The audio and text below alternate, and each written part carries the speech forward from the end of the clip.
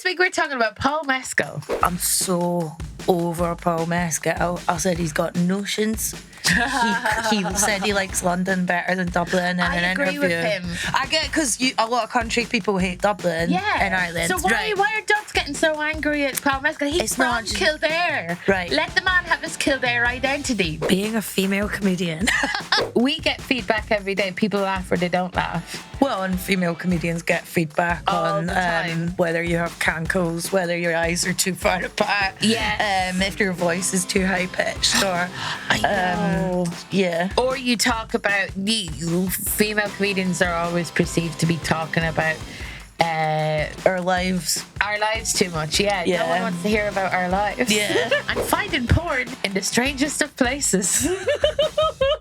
The first pornography I found was like a magazine in an abandoned park. No, it wasn't an abandoned park. It was an abandoned bathroom and kitchenette showroom. Ignore that feeling. So this isn't why I'm tired today, but I couldn't sleep last night and I finished watching the gay hockey thing. Heated Rivalry. Yeah, I know you're not watching TV just now. Yeah. But we can talk about this without you having seen it. That's true. This is the oral tradition. I feel like I'm in ancient Ireland. You know, no, by the fireside. I'm in ancient Ireland by the fireside, or maybe a Fulloch de Fia, and you are regaling me through the medium of speech, like legends and tales. I don't have to watch television. No, I just meant because of what it's about. I should explain it first. If you haven't seen it, Heated Rivalry. I didn't think I would like it because it's about hockey, ice hockey, but there's only a little bit of ice hockey in it, and the rest of it. Hockey? Oh, just a tiny bit of people being. Basically, the guys will be like, "You're gonna be destroyed in this game." Basically, like the two guys on opposing teams, they're enemies on the ice, but then secret lovers. And I'm obsessed with any TV show that's about secret gay men. You are. I just want them to be like, oh, I have to fight this urge. It's amazing. It goes on for 10 years where they're like, oh, we can't come out. Are they still playing ice hockey after 10 years? Yeah, they're professional ice hockey players. Pros. And then also because they're successful, they're like, I invested in a lake house. And then one of them gets like this glass lake house. I was watching interviews with the actors, and one of them plays a Russian. And he's so hot as a Russian. Oh, enemies. America versus Russian, but he's such a good actor that I don't fancy him at all when he's American. He's just this little dark, whereas in the show he's really hot. Anyway, I don't want to say too much because you haven't seen it. No. The main thing is they keep getting asked, why is this so popular with women? And they were coming up with all these convoluted theories. And I thought, I think women just do like to objectify men. But I remember when I was a teenager, do you remember this getting said a lot? People would be like, women just aren't as visual as men. Yeah. Women aren't as visually aroused as men. Yeah. Which isn't true. It's just that we never had a culture. Like women's magazines would always have a woman on the cover. Yes, that's very true. It's interesting because the first pornography I found was like a magazine in an abandoned park. No, it wasn't an abandoned park. It was an abandoned bathroom and kitchenette showroom. Me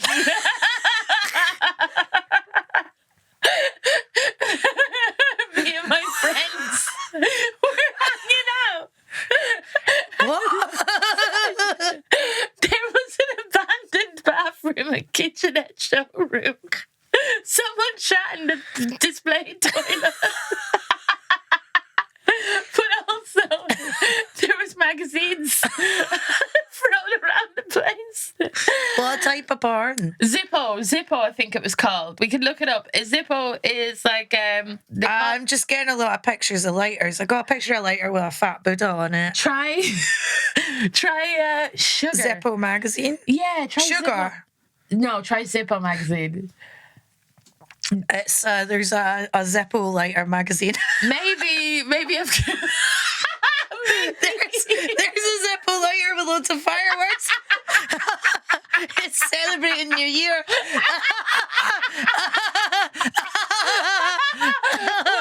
Maybe I got a very raunchy special edition. Look at that one. The Zippo's melted. That's crazy. Who reads magazines for Zippo lighters? There's another bit from Zippo magazine. The incredible story of the Zippo lighter.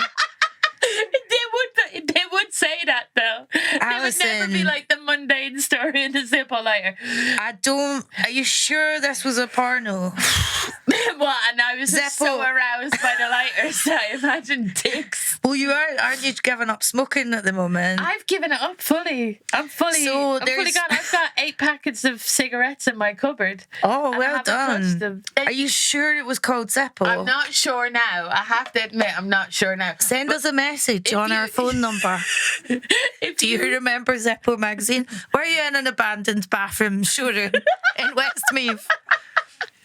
And there was pornography, but there was men lying on the carpet with their dicks laying on their on the carpet. Oh no, not on the carpet. That sounds unpleasant. Wouldn't it? Be a dusty ass dick. Yeah.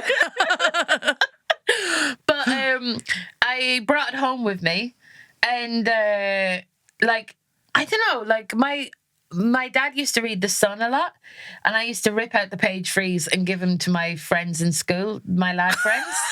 But the annoying thing about page freeze was... Did you sell them or just give them for free? I just gave them away. I was just Why did you do it? Oh. Because I'm a people pleaser. Was it because you moved schools a lot? Yeah, definitely. Yeah. Like, I had to come up with jokes and pornography. I was like an American GI that would come with chocolate bars and tea. Because a lot of comedians' origin story is that they had to move schools a lot and make an effort to be popular. But it could have also been your hustle or pornography origin story. But I was never aroused by it. But the thing about the dicks, apparently legally, you couldn't have an erect dick on printed for sale.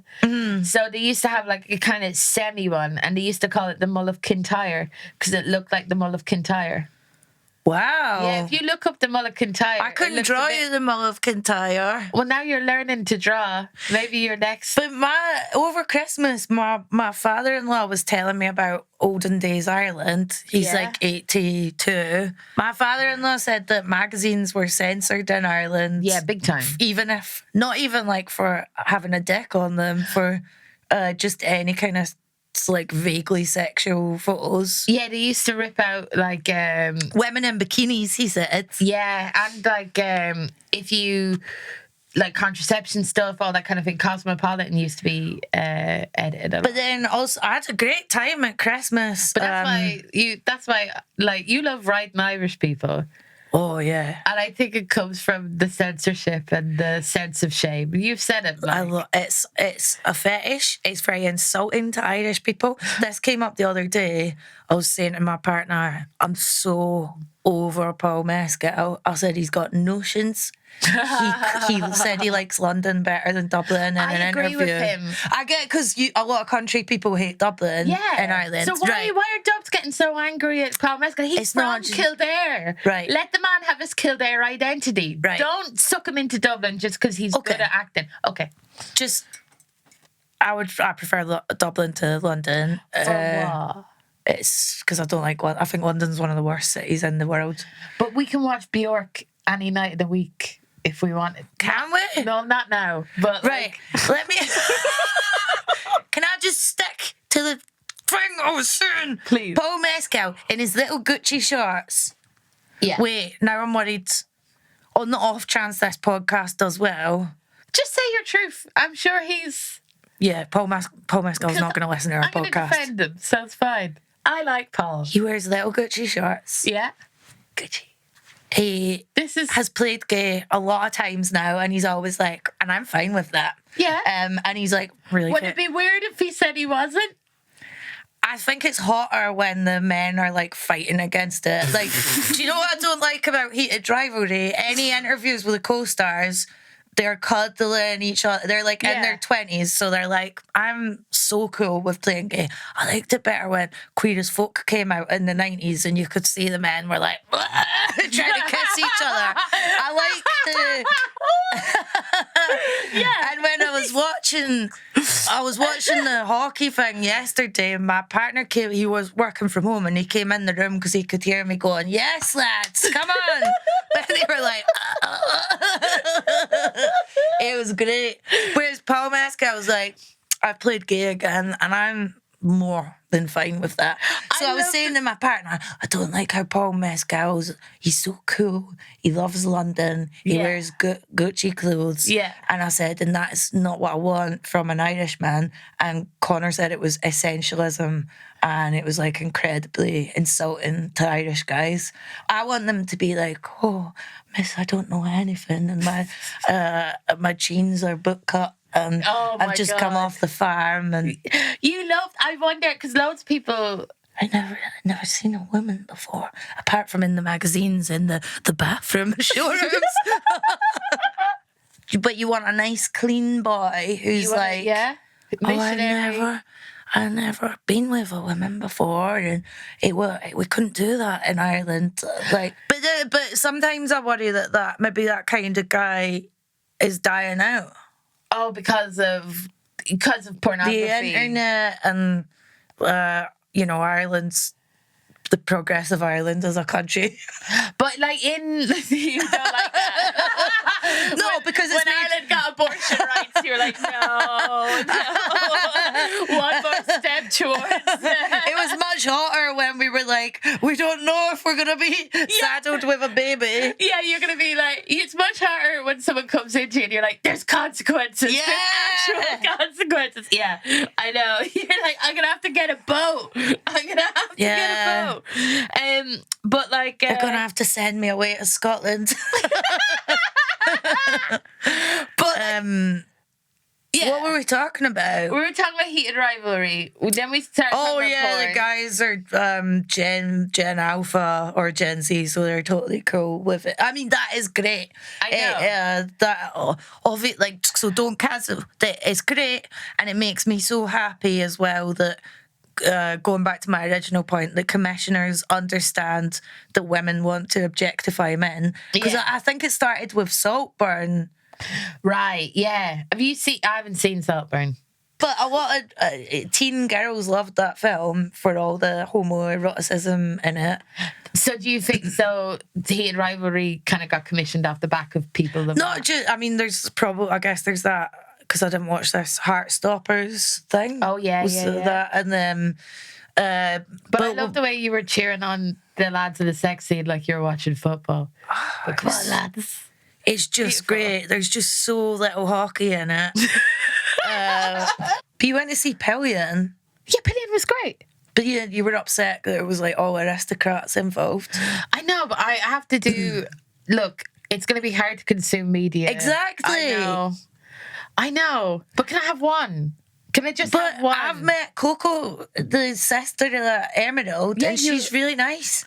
Right, okay. She was very kind to my brother. Great. This is... Right, I'll watch the film then. What about... there was something I was going to say. Are you into watching... Because you never reply. Are you into watching gay guys shagging? No, I'm... This is... And it genuinely seems like I'm trying to, like, worm myself out of discussing what porn I watch or whatever. But I thought you didn't watch it. I don't watch it. And I don't mean it in, like, a judgy way or anything. Yeah, some people don't. Like, because I'm running an OnlyFans at the moment. Right. Which is terrible. This is like how I got into stand-up without ever really going to watch stuff at the Edinburgh Festival. Me too, though. That's what I did. Okay. I'd never seen a gig before in my life when I did stand-up. Like, someone told me I should do stand-up, so I did it. But with OnlyFans, I can't access my own OnlyFans. How? Because the place that I live in doesn't have the porn blocker off, and I don't know how to get the porn. I'd have to... you don't want to ask the flatmates? Yeah, I'm not going to ask my flatmate. And I don't know how to do it. I think you should just ask and explain the OnlyFans thing.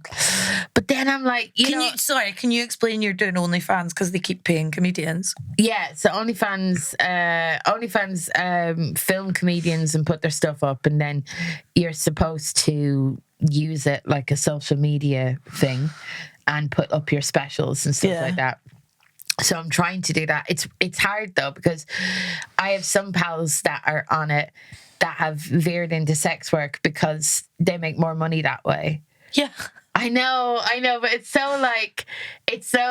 kind of like, if my heart feels terrible when I go on it and they go, notification, chubby girl lover 69 has just followed you. Yeah. And I'm like, I want to, it makes me feel so aware of what I am. Yeah, and I'd say when you sign on to do OnlyFans things, that's going to happen. I know, but like, I feel like as a fat woman, and like, if you were in a don't you feel empowered when they do that? No, I do not feel empowered. I don't. And I don't like, it's like, because you're always being reminded that you are a segment in a pornography thing. So like, it's hard. It's not like, you would probably be a MILF.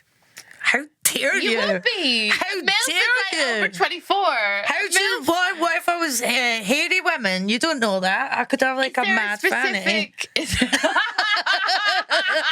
I don't.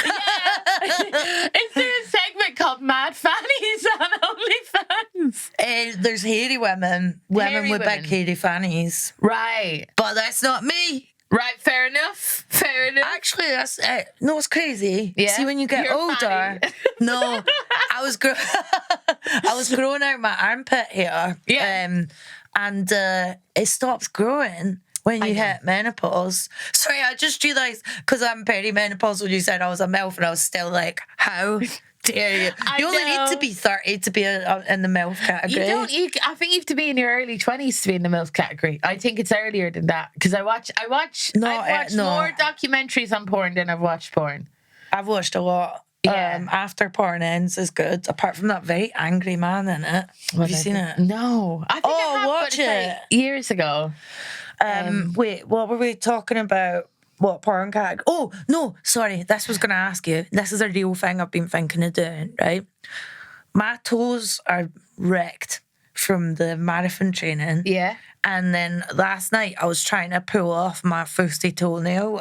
You should save that for OnlyFans. You would make such a killing. Such a killing. For real? Yeah. No, I am considering this, right? Oh my God. I'm seriously thinking, because I've never cared about how my feet look because they have shoes on them a lot of the time. Yeah. I just don't care. I care much more about how my head looks.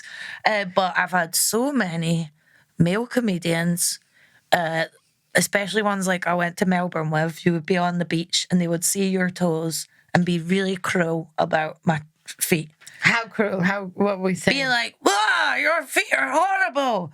Oh, your feet are like a goat's. Wow. And so to make me feel more empowered about my feet, I was thinking that is so fucking funny, and to make a lot of money. But I thought it'd be a fun challenge for the podcast where we go, how much? Because I think I would make nothing because my feet are so disgusting. People wouldn't pay to see them. Yeah. I was thinking of doing like Antiques Roadshow, but for feet, and get like a foot fetishist to come in and assess how much you'd sell your foot for, but do it in podcast form. But then like the reality, no one would see your feet. But Alison, the reality of meeting those men doesn't bear thinking about. I'll tell you what I get a lot of, and I may have mentioned this before. You wouldn't get any comments on your feet, and this is not to be.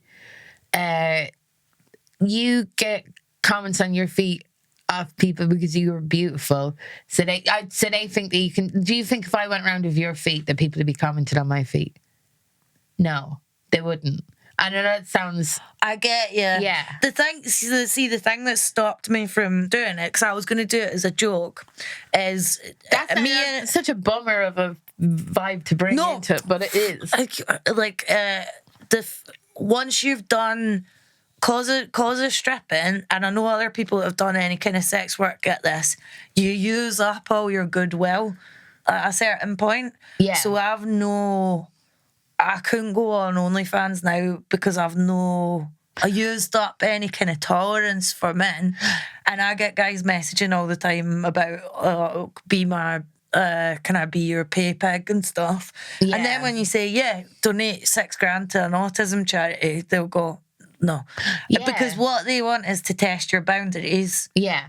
And it's the same with feet people. And it's the same with like a lot of people on OnlyFans. It's like the only messages I get is like, it's like how much for a specific video, and then they'll have a specific thing, and then but they're wanking to that. They're wanking, thinking of sending the message. Yeah, that's how they operate. That's annoying. So just by you being on, OnlyFans, it's like there's a separate thing I was going to talk about. Yeah, totally separate to all the gay stuff.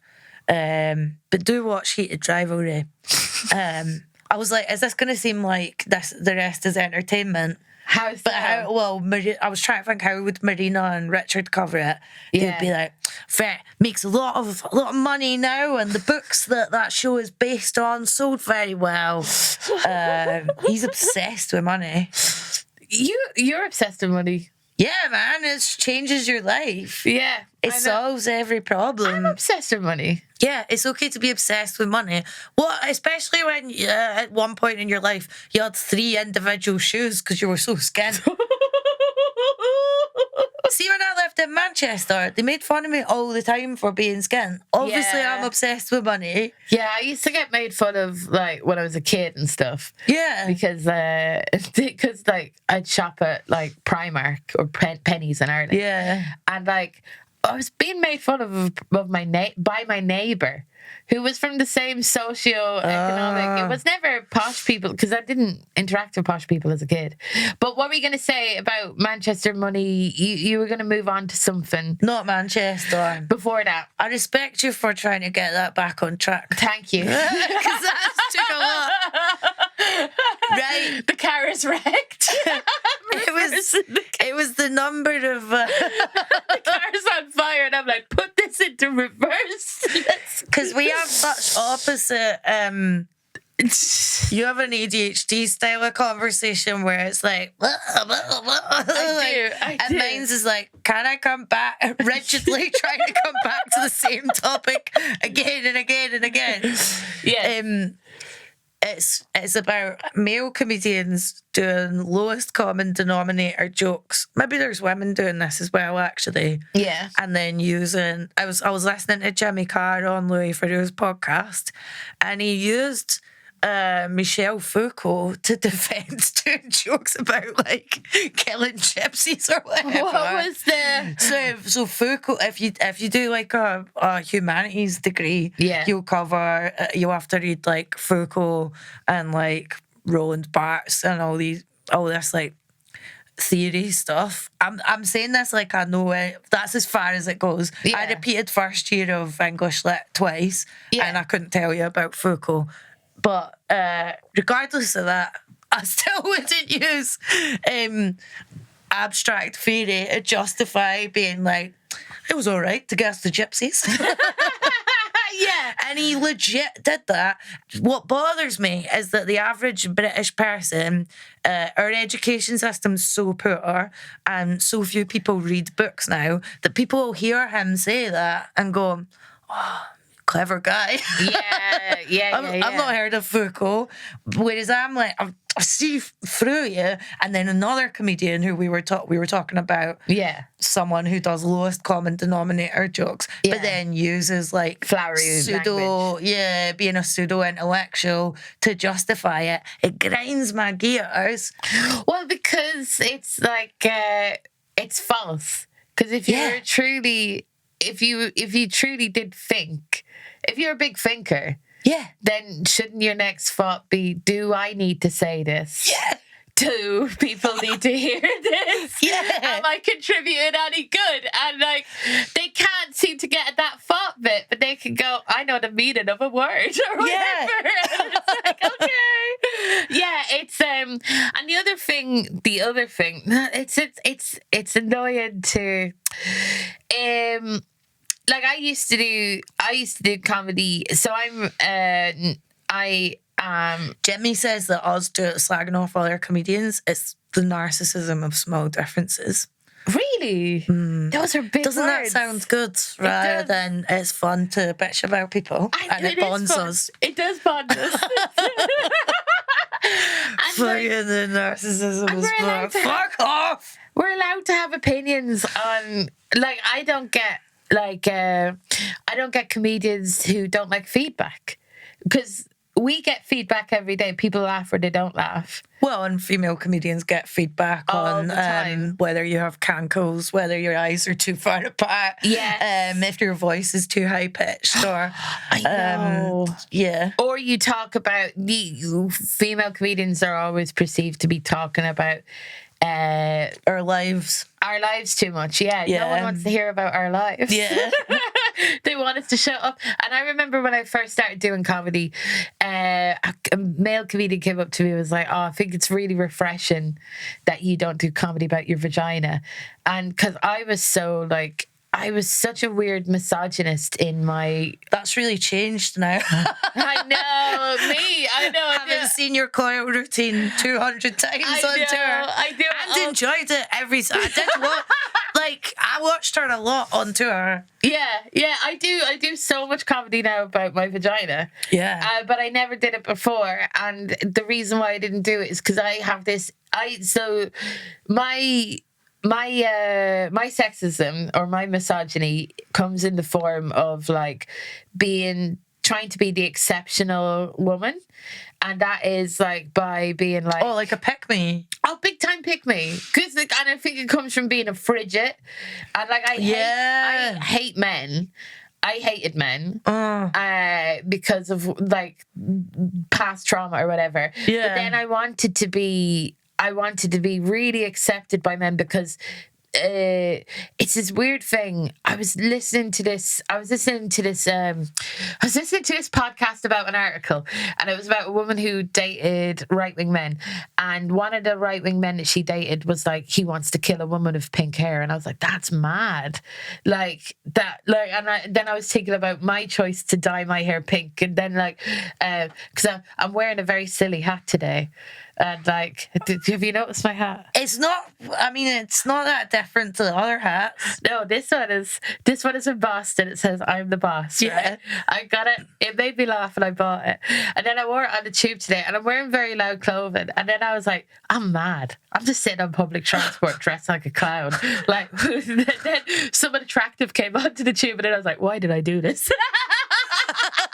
Like, I was so proud of myself until someone attractive came on the tube, and then I was like, I hate myself so much. Yeah, but have you noticed the way there's right wing women or sort of women who are trying hard to appeal to men, they now do their makeup in this no makeup way all the time, like Bonnie Blue. I think we talked about that before. But you love Bonnie Blue's face and her skin. I love her skin, but I find it does no one want to do a smoky eye anymore? Come on, guys. I know, but the thing is, like, to go back to stuff is like, I wanted to be exceptional to men by being like the cleverest comedian, or being like, and I was always like sexless, so I liked that. Like, I dress like this to be like unattractive to men, because I don't want to be attractive to men.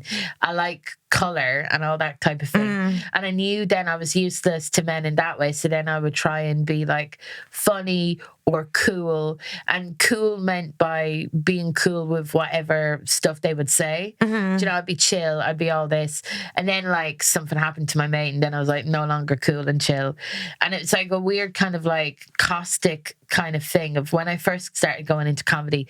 I was like, I'm an exceptional woman because I don't do stuff about sex or my vagina or anything like that. I won't fuck you, so I won't be disposable to you, because men, like, in comedy, when I was first coming into comedy doing the open spots and stuff, the big rule that I would say to myself or to newer female comedians was, don't ride the men in comedy, because I know that's so fucked up. There's no other source. I know.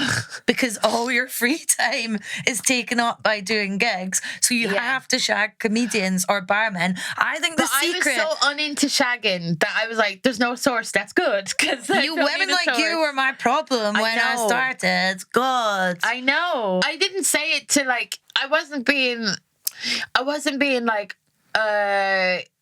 It was just the way that I saw that men treated women. Because, like, even if you went out with a comedian and they stopped going out with you, they would make you persona non grata after. Yeah. And it felt so fucking weird. Yeah. Like, so like, then I kind of, like, it's this weird kind of villain story where now I don't care about all of that and I can be my true self. But for the first couple of years I definitely was.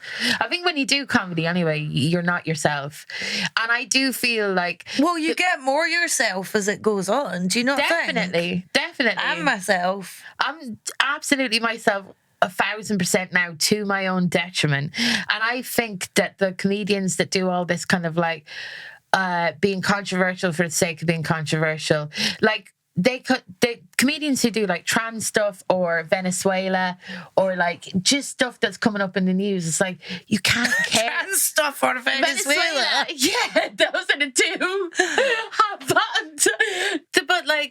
But straight male comedians. All right. who do like comedy about hot button topics.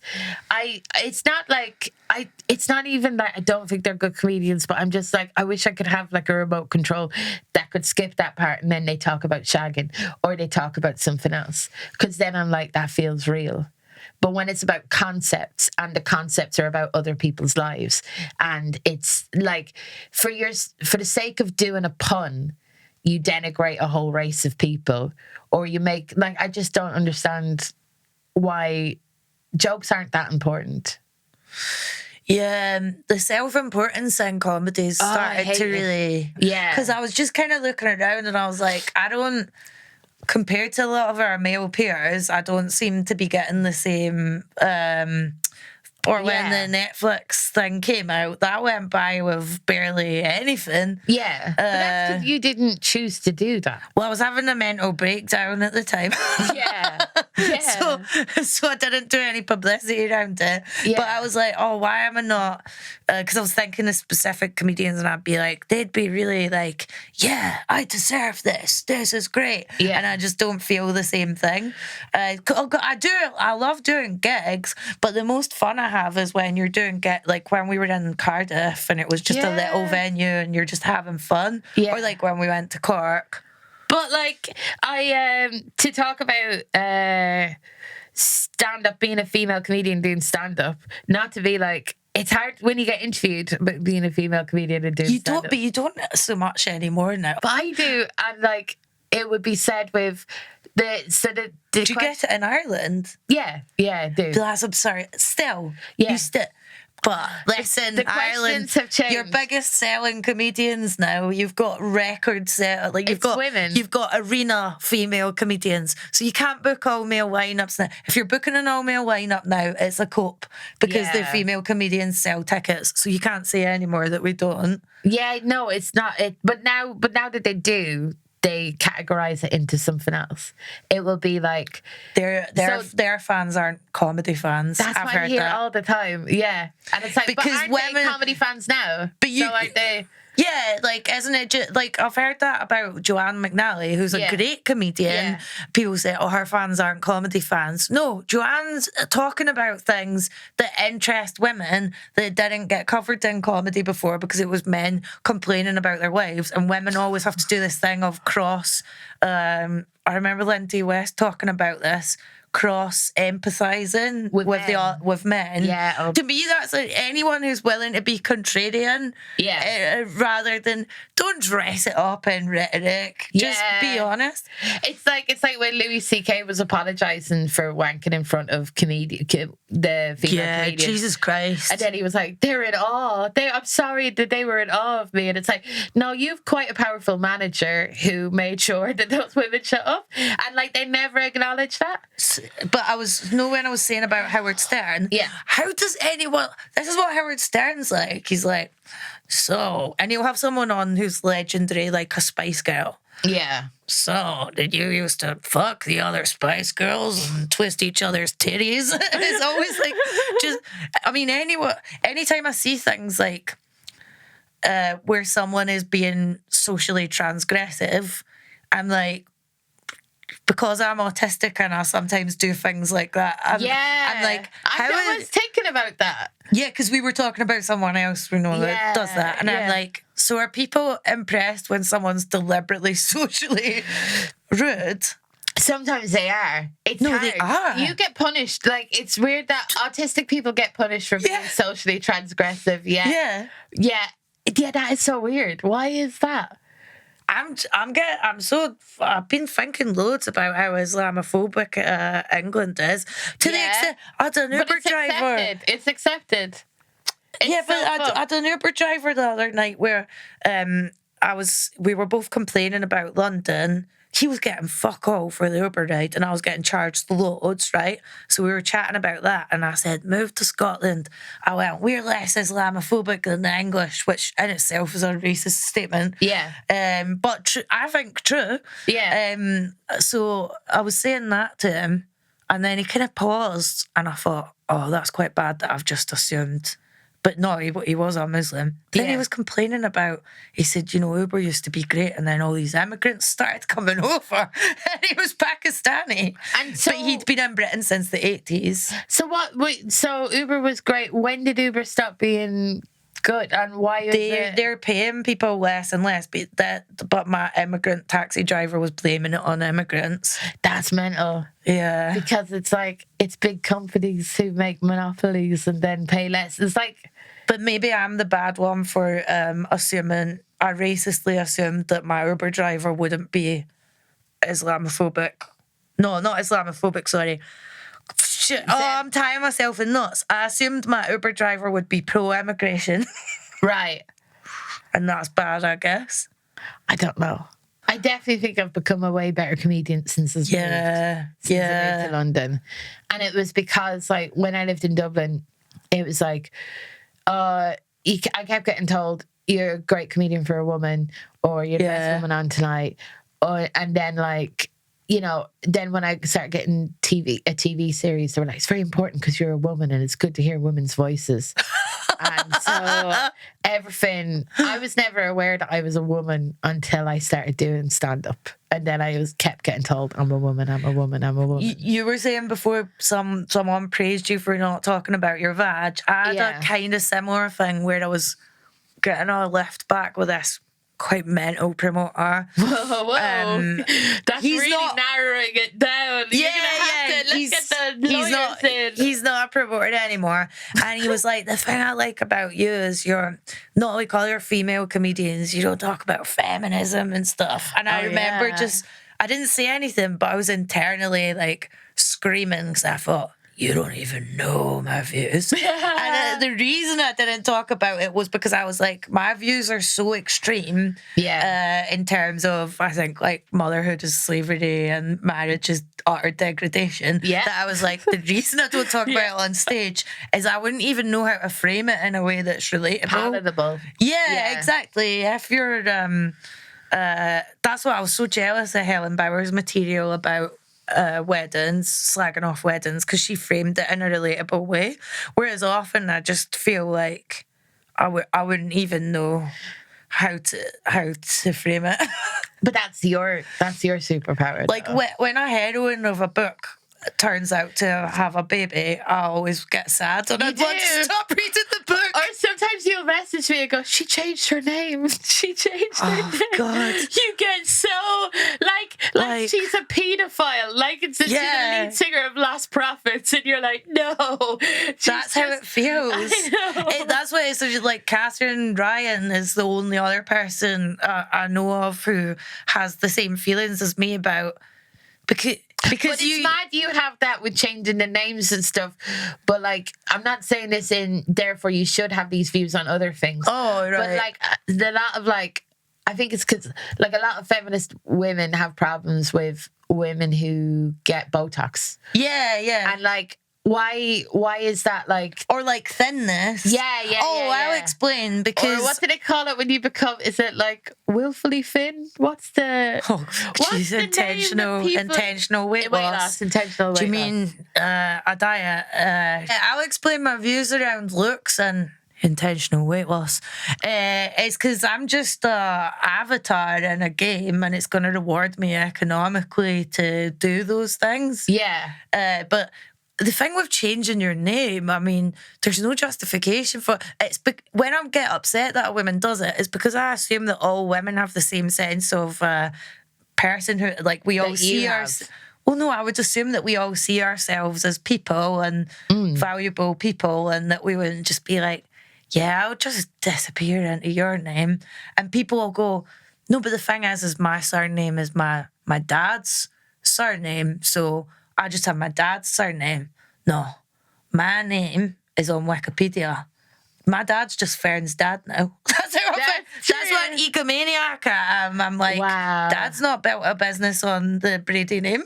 This is your dad's your property. He's your chattel. Yeah, but like I can't even.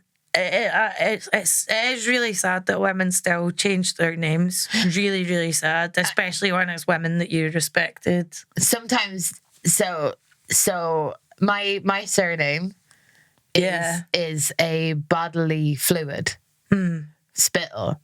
I don't think I'd change it because because I'm a comedian now and it's my name. Yeah. And it's my thing. But do you think you would have? No, but I think someone with less of a sense of self would. Do you know what I mean? And that's okay. You know, people don't have senses of self, and it's not a moral. I'm not saying you're saying it's a moral thing, right? But some people just don't like themselves that much. And they should be allowed to do whatever the hell they want. And also, some women think it's romantic to do that.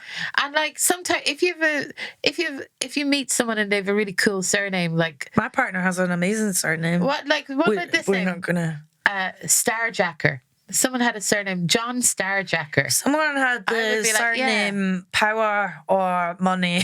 I still wouldn't change my name to Fern Power. Fern Power Horse. Yeah. It could be anything, and I wouldn't change it. I would my name could be Fern Jobbies, and I would keep it. It sounds like a terrible character in the Mr. Men character. My name could be Fern Hitler, and I wouldn't change it because it's just so. I've actually changed the pronunciation. I would be called Hitler or something like that. You know, like the way people with the name Cockburn call it Coburn. You change the pronunciation. Thank you for watching. We hope you enjoyed it. We are on a mission here to ignore that feeling. You should wear this hat. You should wear this hat. We are on a mission here to ignore that feeling. We're on a mission to get 1 million subscribers 1 million by next month. Yeah. So if you like this, smash that subscribe button in the box below. And do get in touch with us. We'd love to hear from you. The harder you smash your keyboard, the more subscribers we get. That's the rules. And you can send us a voice note on WhatsApp to 07751441372. Or email us at ignorethatfeelingpod@gmail.com. Thank you. See you next week.